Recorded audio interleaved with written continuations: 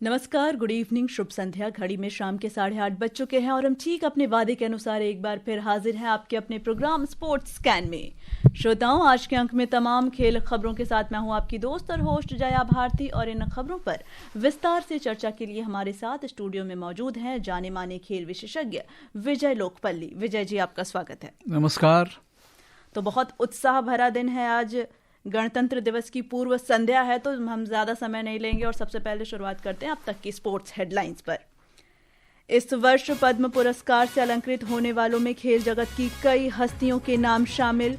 विजय अमृतराज को पद्म भूषण, पद्मश्री से सम्मानित होंगे रोहित शर्मा, हरमनप्रीत कौर समेत 7 खिलाड़ी।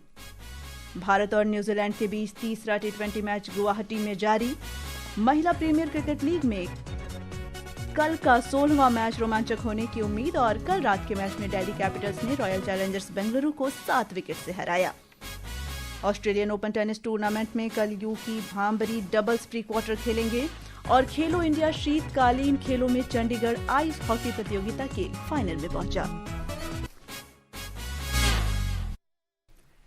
तो वर्ष 2026 के लिए पद्म पुरस्कार पाने वालों में भारतीय खेल जगत की कई हस्तियों के नाम शामिल हैं।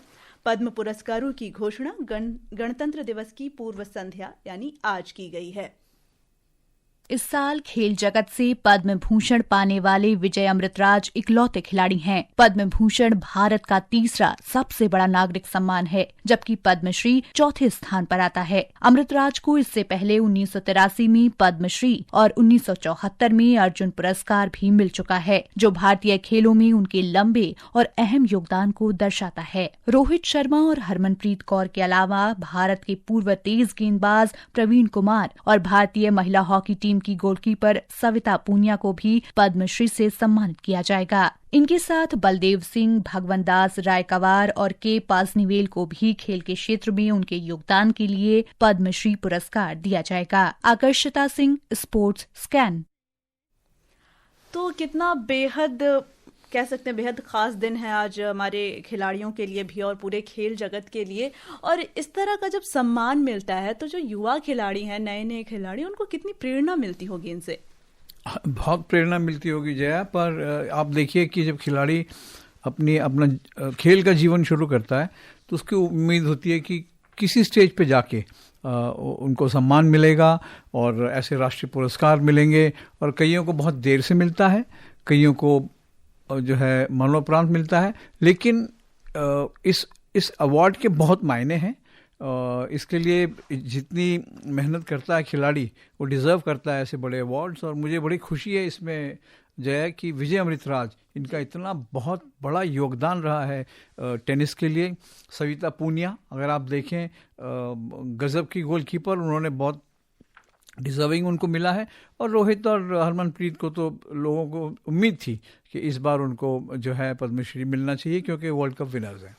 बिल्कुल। और हरमनप्रीत कौर के लिए भी आपने बात की, तो इनके लिए 2025 का जो साल था वो बेहद खास रहा था, जब उनकी कप्तानी में भारतीय महिला टीम ने घरेलू सरजमी पर पहली बार वर्ल्ड कप जीता था। कितना खास मोमेंट था वो। बहुत खास मोमेंट। अगर आपको याद हो, भारत 3 मैच हार चुका था और लग रहा था कि शायद सेमीफाइनल भी ना पहुंचे। और वहां से फिर उनको एक रास्ता मिला। शफाली ने रास्ता दिखाया, जमीमा ने रास्ता दिखाया और अल्टीमेटली जो है विमेंस क्रिकेट के लिए, मैं कहता हूँ महिला क्रिकेट के लिए एक बहुत बड़ा दिन था वो। बिल्कुल। और इसी तरह रोहित शर्मा ने भी 2025 में टेस्ट क्रिकेट से संन्यास ले लिया था, लेकिन वह वनडे क्रिकेट में भारत की अभी भी बहुत अहम खिलाड़ी हैं और उनकी कप्तानी में भारत ने T20 वर्ल्ड कप और चैंपियंस ट्रॉफी अपने नाम की है। इसके अलावा जो पूर्व कुश्ती कोच हैं और उनको भी मरणोपरांत पद्मश्री से सम्मानित किया जा रहा है। तो केंद्र सरकार ने आज पद्म पुरस्कार 2026 की सूची जारी की है, जिसमें कुल 131 नागरिक सम्मानों को मंजूरी दी गई है। इनमें 5 पद्म विभूषण, 13 पद्म भूषण और 113 पद्मश्री पुरस्कार शामिल हैं। इस सूची में खेल, कला, सिनेमा, साहित्य, सार्वजनिक सेवा और अन्य क्षेत्रों की जानी मानी हस्तियां शामिल हैं। इस बीच राष्ट्रपति द्रौपदी मुर्मू ने भी कहा है कि हमारे युवा खिलाड़ी देश में नई ऊर्जा का संचार कर रहे हैं और विश्व स्तर पर अपनी एक पहचान बना रहे हैं। राष्ट्रपति ने 77वें गणतंत्र दिवस की पूर्व संध्या पर आज राष्ट्र को संबोधित करते हुए यह बात कही। उन्होंने देश के समग्र विकास में महिलाओं की भागीदारी का विशेष उल्लेख किया और कहा कि खेलों के क्षेत्र में देश की बेटियों ने विश्व स्तर पर नए कीर्तिमान स्थापित किए हैं।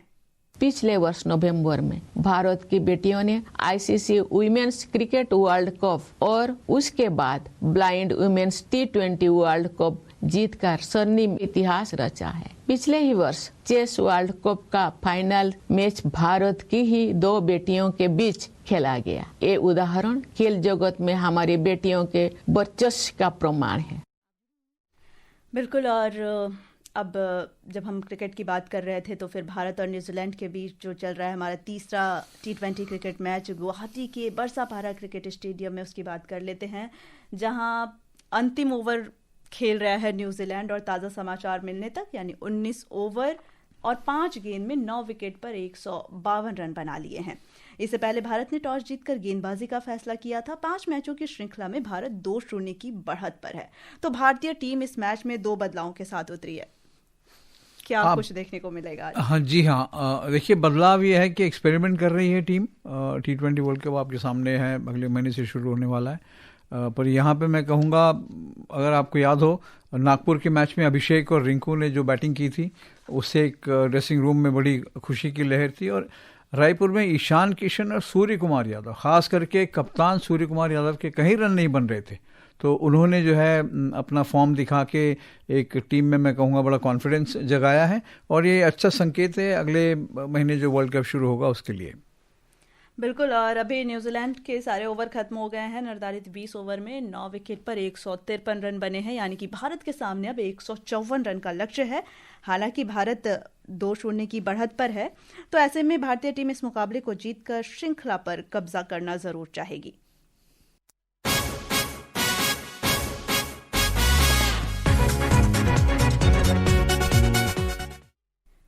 अब बात करते हैं महिला क्रिकेट की, जहां वडोदरा में महिला प्रीमियर क्रिकेट लीग के 15वें मैच में कल रात दिल्ली कैपिटल्स ने रॉयल चैलेंजर्स बेंगलुरु को 7 विकेट से हरा दिया था। बेंगलुरु के 110 रन के लक्ष्य के जवाब में दिल्ली कैपिटल्स ने 15 ओवर और 4 गेंद में 111 रन बनाकर मैच जीत लिया था। अब 16वां मैच कल रॉयल चैलेंजर्स बेंगलुरु यानी RCB और मुंबई इंडियंस के बीच खेला जाएगा। यह मैच वडोदरा के BCA स्टेडियम में शाम 7:30 बजे से शुरू होगा। एक नजर कल की संभावनाओं पर।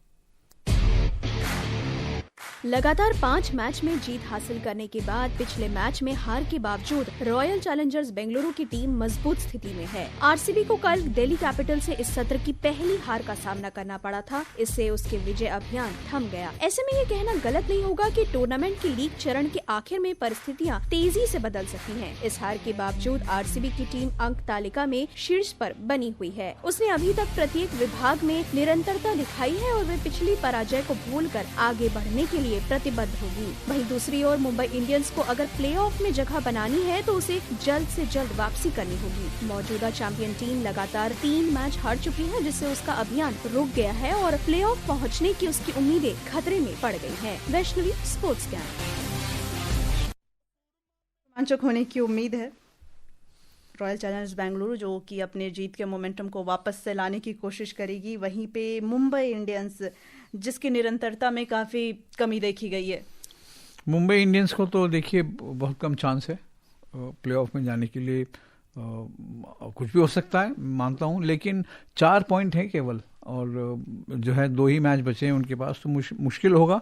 लेकिन RCB ने जो गेम दिखाया, जैसे डोमिनेट किया उन्होंने, और ख़ास करके अगर आप वहाँ देखें हरमनप्रीत, हालांकि 240 रन बनाया उन्होंने मुंबई इंडियंस के लिए, लेकिन टीम का जो मैं कहूँगा जिसे कहेंगे टूर्नामेंट में जगह, वो आगे के लिए पक्की नहीं कर पाई है वो अभी तक। बिल्कुल। और अभी टूर्नामेंट बिल्कुल लीग चरण के आखिरी में है, तो जैसा कि हमने कल देखा कि किस तरह से दिल्ली कैपिटल्स ने RCB को हरा दिया, तो क्या अब लग रहा है कि परिस्थितियां बदल सकती है? क्यों नहीं बदल सकती? T20 की खासियत यही है कि मैच आपको लग रहा होगा कि एक टीम जीत रही है आराम से और पता लगा कि 2 ओवर में मैच पलट जाता है। आज भी देखिए, हालांकि हमें लग रहा है कि न्यूजीलैंड ने कोई लक्ष्य बड़ा नहीं दिया है, पर कोई पता नहीं कि मैच कहाँ पलट जाए। अगर 2-3 विकेटें जल्दी गिर जाएं तो मैच T20 की यही खासियत है। बिल्कुल। और अगर हम अभी WPL की बात कर रहे हैं तो WPL में कल का मुकाबला 2 ऐसी टीमों के बीच है जिनकी स्थिति इस समय बिल्कुल अलग अलग है। एक टीम अपना दबदबा फिर से कायम करना चाहती है, जबकि दूसरी टीम मुकाबले में बने रहने के लिए संघर्ष कर रही है। ऐसे में उम्मीद है कि क्रिकेट प्रेमियों को कल बेहद रोमांचक मैच देखने को मिलेगा। और विजय जी, इस बीच हम बात कर लेते हैं जो काफ़ी अभी हॉट टॉपिक बना हुआ है भारत में, या फिर पूरे मतलब क्रिकेट जगत में ही कह दे तो ICC ने जो अपना फैसला सुनाया कल कि बांग्लादेश की जगह पर वो स्कॉटलैंड को शामिल करेगा। तो बांग्लादेश ने सुरक्षा कारणों का हवाला देते हुए आने से मना किया था, लेकिन ICC ने ये साफ कर दिया कि अंतिम समय में इस तरह के बदलाव ICC की नीति नहीं है। और इसी बीच पाकिस्तान ने भी बांग्लादेश को सपोर्ट करने के लिए कहा था कि शायद वो बहिष्कार कर सकता है। हालांकि पाकिस्तान क्रिकेट बोर्ड के जो प्रमुख थे नकवी, उन्होंने ये कहा था कि पाकिस्तान सरकार पर ही पूरा निर्णय निर्भर करता है कि वो क्या फैसला लेगी, टूर्नामेंट में विश्व कप प्रतियोगिता में पाकिस्तान खेलेगा या नहीं। और इन्हीं अटकलों के बीच आज पाकिस्तान ने अपनी 15 सदस्यीय टीम की घोषणा कर दी है। तो इससे ये साफ हो गया है कि पाकिस्तान भी विश्व कप में खेल रहा है। इसके साथ ही ये साफ होता है कि ICC ने जो फैसला लिया है उसमें किसी भी बोर्ड को अपनी मन मर्जी करने की अनुमति नहीं देता है, नहीं देगा, क्योंकि जहाँ तक सुरक्षा की बात है, ICC को भारतीय सरकार ने आश्वासन दिया होगा कि आपको पूरी सुरक्षा मिलेगी। और ICC अपने आप से निर्णय नहीं लिया है, उनकी कमेटी है जो देखती है ये सब। और तो उन्होंने कहा कि नहीं, ऐसा कोई उनको थ्रेट नहीं है बांग्लादेश के खिलाड़ियों को, ना उनके पत्रकारों को, ना ऑफिशियल्स को, ना दर्शकों को। और उन्होंने जो है निर्णय लिया है तो खामियाजा भुगतें। बिल्कुल। अब बात साल के पहले grand slam Australian open tennis tournament की, जहां भारत के यूकी भांभरी और स्वीडन के आंद्रे गोरांसन्स की जोड़ी कल डबल्स प्री क्वार्टर फाइनल में मुकाबला खेलेंगे। और जहां भारतीय एंड स्वीडिश जोड़ी का मुकाबला ऑरलैंडो लूज और राफेल माटोस की ब्राजीलियन जोड़ी से होगा। इससे पहले भांभरी और गोरांसन की जोड़ी ने कल मैक्सिको के सैंटियागो गोंजालेज और नीदरलैंड्स के डेविड पेल की जोड़ी को हराया था। तो जिस तरह से काफ़ी जो भीषण गर्मी चल रही है ऑस्ट्रेलियन ओपन के दौरान, और वो उन्होंने जिस तरह का मैच दिखलाया कल, तो अब आगे की मैच में इन्हें क्या लगता है, कैसी चुनौती मिलेगी? एक तो काफ़ी लंबे समय के बाद किसी भारतीय ने इस तरह से जाके प्री क्वार्टर फाइनल में जगह बनाई है। आप जितने अपने प्रतिद्वंदी के बारे में सोचते हैं उतना भी मौसम के बारे में भी आपको सोचना पड़ेगा, क्योंकि और ये पहली बार नहीं है, ऑस्ट्रेलियन ओपन में हमेशा ये शिकायत रही है कि भीषण गर्मी में उनको खेलना पड़ता है। और जहाँ तक यूकी भांभरी है, बहुत बढ़िया होगा अगर वो कल का मैच अपना निकाल के आगे बढ़ते हैं।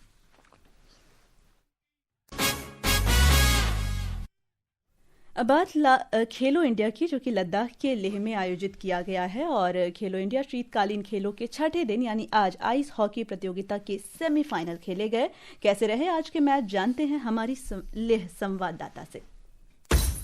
History was made by Chandigarh's men's ice hockey team by defeating UT Ladakh team by 3-2 in the semi-finals at the NDS Stadium on Sunday. Chandigarh started playing ice hockey in Khelo India Winter Games only in 2025. Chandigarh deserved every bit of this victory, and it was true passion and grit all through. Chandigarh will play with Army team in the finals on Republic Day for Sportscan with Zinangmo from Leh Ladakh.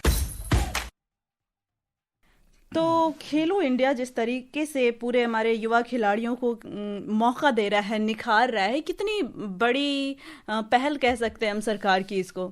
बहुत बड़ी पहल। और ख़ास करके आप देखिए, जैसे winter sports को उन्होंने बढ़ावा दिया है और स्कूल्स में बढ़ावा दिया है बच्चों को कि आप आएँ खेलें।